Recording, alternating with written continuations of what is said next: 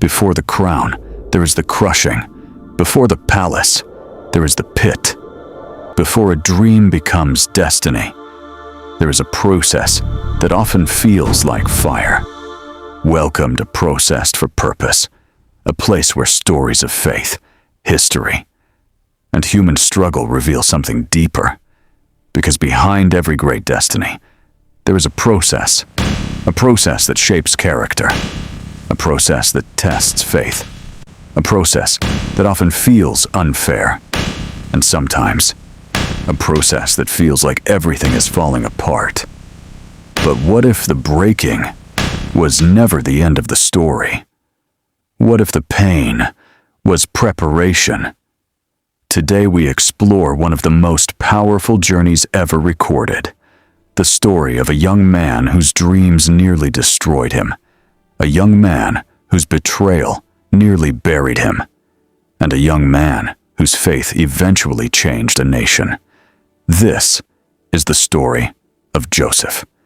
Joseph was not born into royalty.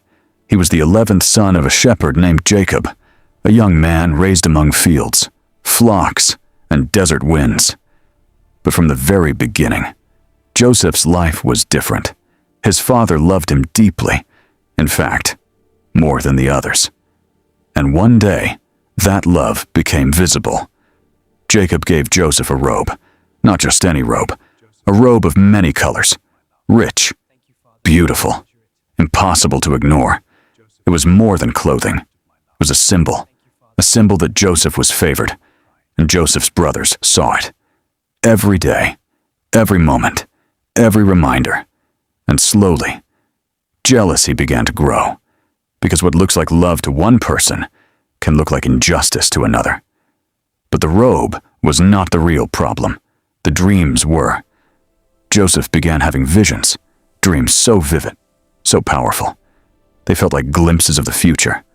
In one dream, Joseph and his brothers were gathering bundles of grain in a field. Suddenly, their bundles bowed down to his. In another dream, the sun, the moon, and 11 stars bowed before him. Joseph believed the dreams meant something, so he told his brothers, and the moment those words left his mouth, the dreams, we cannot allow it. Changed. We must act together. What is the plan? To them, Joseph was not describing destiny. He was declaring superiority. Jealousy turned into anger, and anger slowly turned into hatred.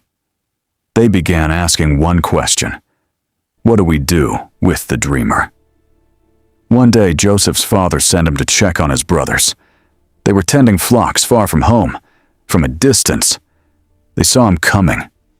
That robe, that symbol, that reminder. The dreamer was approaching. And in that moment, their resentment reached its breaking point. A plan formed. At first, they spoke of killing him, ending the dreams forever. But one brother hesitated. Instead, they grabbed Joseph, they stripped him of his robe, and they threw him into a pit. A deep, empty pit in the desert. Imagine the silence in that moment.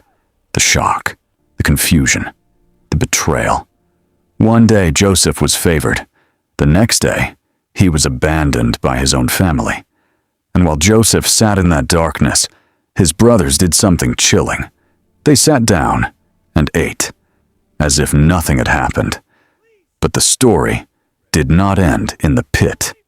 Soon, a caravan of traders passed nearby, camels, merchants, travelers on the road to Egypt, and suddenly, a new idea emerged.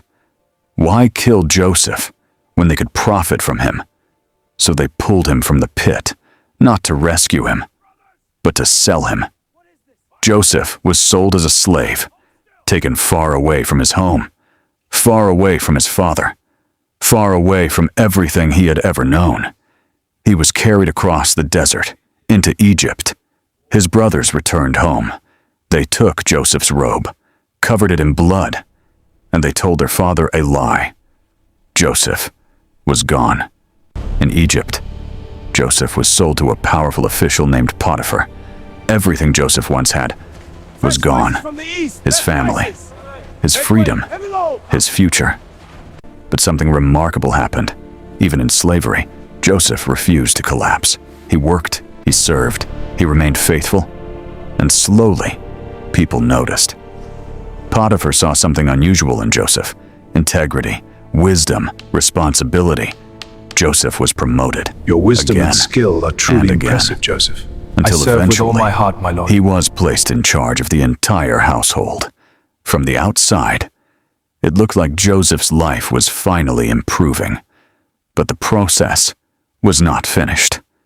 Because sometimes, just when things seem stable, another test arrives. Potiphar's wife falsely accused Joseph. Joseph, come A closer. crime he did not commit. My lady, And no. suddenly, But I want you, Joseph. everything I Joseph cannot. had rebuilt collapsed again. He was thrown into prison, not for wrongdoing, but for doing what was right.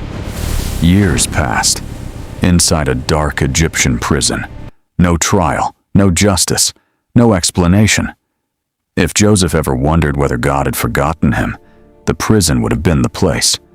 But even there, Joseph continued to live with faith.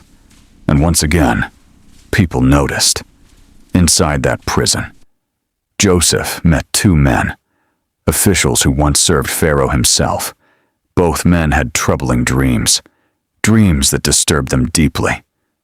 Joseph listened, and something remarkable happened. The same gift that once caused his brothers to hate him became the very gift that changed his future. Joseph interpreted the dreams, and his interpretations came true. One man was restored to Pharaoh's service. The other was executed. Before the restored official left prison, Joseph made a simple request: "Remember me. Tell Pharaoh I am here." But time passed, and Joseph was forgotten. 2 more years in prison, 2 more years of waiting, until one night, Pharaoh himself had a dream no one could explain. 7 healthy cows, devoured by 7 thin cows. 7 full heads of grain, swallowed by 7 withered ones. Egypt's wisest advisors were confused. No answers, no explanations. And then, the forgotten official remembered. There was a man in prison, a man who understood dreams. Joseph was called, shaved, prepared, brought before Pharaoh in a single day. Joseph moved from prison to the palace. Joseph explained the dream.